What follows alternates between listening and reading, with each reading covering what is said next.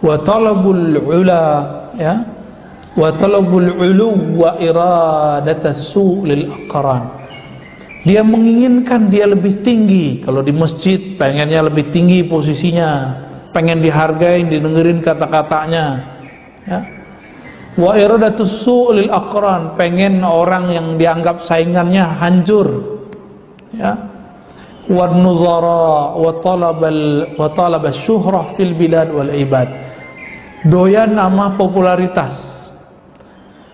Orang belum terkenal itu pengen terkenal. Orang kalau udah terkenal ada dua, ada yang pengen nggak terkenal tapi nggak mungkin, ada yang tambah gila dengan popularitasnya. Nah, Imam Ghazali ini kan orang yang udah terkenal, mau nggak terkenal nggak bisa, tapi belum bisa berhasil sekali. Zaman dulu belum ada sosmed, ada YouTube, Pak. Coba di zaman Imam Ghazali ada YouTube, waduh gawat, ya. Beliau khalwat 10 tahun di salah satu menara masjid di Syam. Ketika beliau jauhlah ke masjid-masjid, di masjid tersebut yang diajarkan kitab Imam Ghazali. Qala al-Imam Hujjatul Islam Abu Hamid Muhammad bin Muhammad Al-Ghazali. Orangnya ada di depan, Pak, botak kepalanya. Itu beliau di depan. Dia bengong, lah kitabku dibaca. Ah, itu ujian paling berat bagi Imam Ghazali. Kitab dia diajarkan di beberapa tempat, dia nggak apa salahnya dia bilang, gue lo Ghazali gitu, ya. Kan bisa aja, Pak. Tapi dia nggak mau. Ketika dia nggak mau show up di situ, Allah Subhanahu Wa Taala betul-betul selamatkan Imam Al-Ghazali. Apa yang dirasakan Imam Ghazali? Ini terasa nih bagi dokter-dokter di kampus, ustadz-ustadz yang sedang populer, ya. Nanti kalau muncul dokter baru di kampus, oh itu ini saingan nih, dosen baru saingan nih, ya. Sama, ini dai terkenal, kalau melihat muncul dai baru yang mau naik, itu di dalam hatinya tuh ada gerundel itu, Pak, ya. Ini Imam Ghazali sendiri yang ngomong, ya. Ini pengalaman beliau. Pengalaman beliau ketika muncul orang-orang alim yang baru, itu mau dihabisin biar malu sekalian, biar nggak ambil ini wilayah gua, kira-kira gitu, ya. Maka muncullah hasad di kalangan bahkan sesama ahlus sunnah, bisa begitu. Contohnya nih, saya sama Ustadz nih, sama-sama mengajarkan ilmu fikih. Apa kata Ustadz? Ustaz, ente bukan jurusan fikih kan? Ane yang jurusan fikih, ente nggak usah ngajar. Ane aja ngajar fikih. Takut jamaah fikihnya diambil. Ini contoh. Bisa kejadian begitu nggak?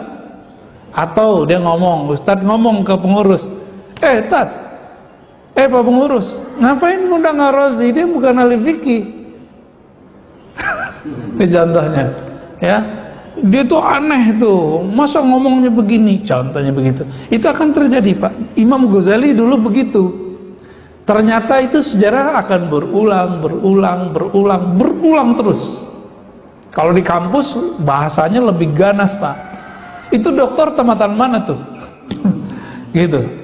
Emang dia nulis apa? Waduh, sangar-sangar, Pak, di kampus, lebih gawat penelanjangan intelektualnya. Ternyata sekarang orang awam juga sama kena. Itu dokter tamatan mana? Belagu amat ngomong begitu. Loh, orang pakai dalil disebut belagu. Terus yang gak belagu gimana? Nanti dokter nggak pakai dalil dibilang, dokter apaan ente, abal-abalan, nggak tahu dalil. Giliran nyebutin dalil, serba salah sama orang begini. Dia taat, rajin ke masjid. Kalau ke masjid siapa tahu mungkin di soft pertama. Jangan-jangan mau ngambil nyerobot belakang imam.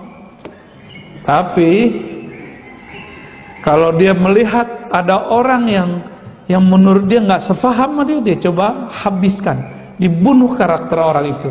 Ini Yang disebut Imam Ghazali, ente maghrur, terpedaya.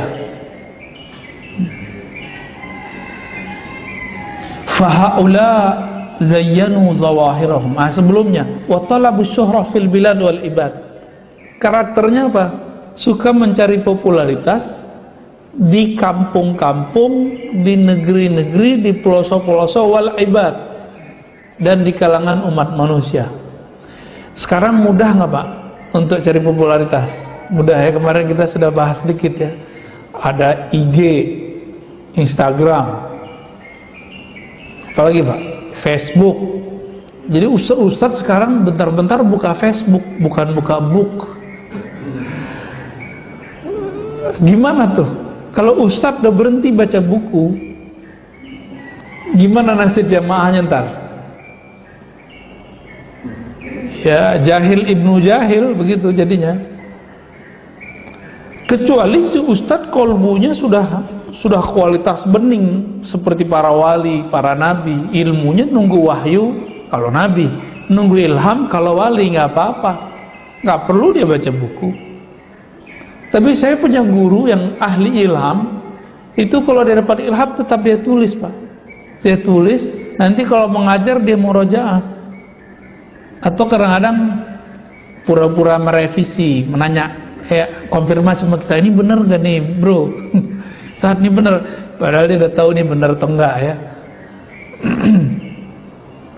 Ada, ahli ilham sampai sekarang masih ada. Karena Nabi mengatakan, setiap umat itu ada orang yang muhaddatsin, orang yang Allah berbicara ke kalbunya. Wa in kana min ummati la kana Umar. Jika ada di kalangan umatku pasti itu Umar salah satunya. Umar, ya Abu Bakar masuk, Utsman masuk, Ali masuk. Banyak sahabat-sahabat yang Allah mengilhamkan sesuatu ke kalbunya. Sekarang disebut ilmu laduni.